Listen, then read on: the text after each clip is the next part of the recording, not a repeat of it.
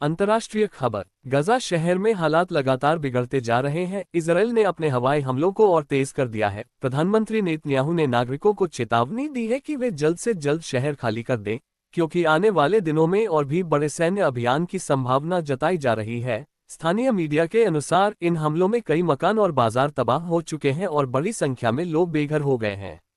अंतर्राष्ट्रीय समुदाय ने इस पर चिंता जताई है और दोनों पक्षों से शांति बनाए रखने की अपील की है। भारत की बड़ी खबर। उत्तर प्रदेश सरकार ने एक बड़ा ऐलान किया है। राज्य के सहकारी संस्थानों में 12,500 पदों पर भर्ती प्रक्रिया शुरू कर दी गई है। इन पदों पर चयन आईबीपीएस की परीक्षा के माध्यम से किया जाएगा। विशेषज्ञों का कहना है कि इससे युवाओं को सरकारी नौकरी पाने का सुनहरा अवसर मिलेगा। आवेदन प्रक्रिया जल्द ही ऑनलाइन शुरू होगी। उम्मीद की जा रही है कि नवंबर तक परीक्षा आयोजित कराई जाएगी और साल के अंत तक नियुक्तियां पूरी हो जाएंगी। आर्थिक खबर। सोने की कीमतों ने आज नया इतिहास रच दिया है। अक्टूबर वायदा सोना अब 1,09,500 रुपये प्रति 10 ग्राम से भी ऊपर चला गया है। सोने के व्यापारी बताते हैं कि अंतर्राष्ट्रीय बाजार में अनिश्चितता और डॉलर में उतार चढ़ाव की वजह से सोने की कीमतें रिकॉर्ड स्तर पर पहुंची हैं। इस बढ़ोतरी का सीधा असर आम लोगों की जेब पर पड़ेगा, खासकर उन परिवारों पर जो शादी ब्याह के लिए सोना खरीदने की तैयारी कर रहे हैं। टेक्नोलॉजी। टेक जगत से बड़ी खबर सामने आई है। गूगल ने अपने एआई मोड को अब हिंदी सहित 5 और भाषाओं में उपलब्ध कराने का ऐलान किया है। इसका मतलब है कि अब भारतीय यूजर्स अपनी मातृभाषा में भी गूगल के आर्टिफिशियल इंटेलिजेंस टूल्स का इस्तेमाल कर पाएंगे। विशेषज्ञों का मानना है कि इससे भारत में डिजिटल क्रांति को और गति मिलेगी और ग्रामीण इलाकों तक आई टेक्नोलॉजी पहुंच सकेगी।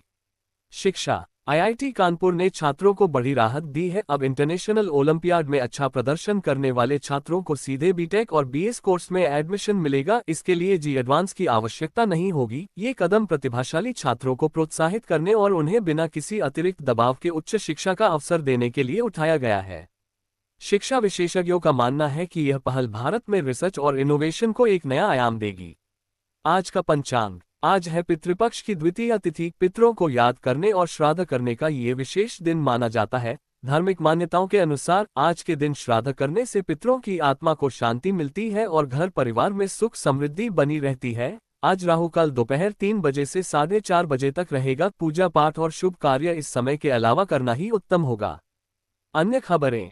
टेक्नोलॉजी और रोजगार। मेटा कंपनी हिंदी एक्सपर्ट्स की भर्ती कर रही है। कंपनी का मानना है कि भारत में हिंदी बोलने वालों की संख्या करोड़ों में है और इसी को देखते हुए चैटबॉट को और मजबूत बनाया जा रहा है। इंटरनेट संकट। रेड सी में अंडरसी केबल कट जाने से भारत, मध्य पूर्व और एशिया के कई हिस्सों में इंटरनेट सेवाएं प्रभावित हुई हैं।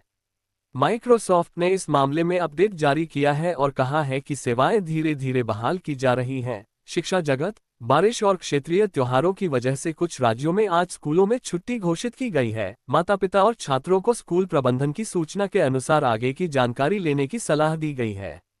तो दोस्तों, ये थी आज की बड़ी और ज़रूरी खबरें। अगर आपको यह वीडियो पसंद आया हो तो चैनल को लाइक, शेयर और सब्सक्राइब जरूर करें। कल सुबह फिर मिलेंगे नई और ताज़ा खबरों के साथ।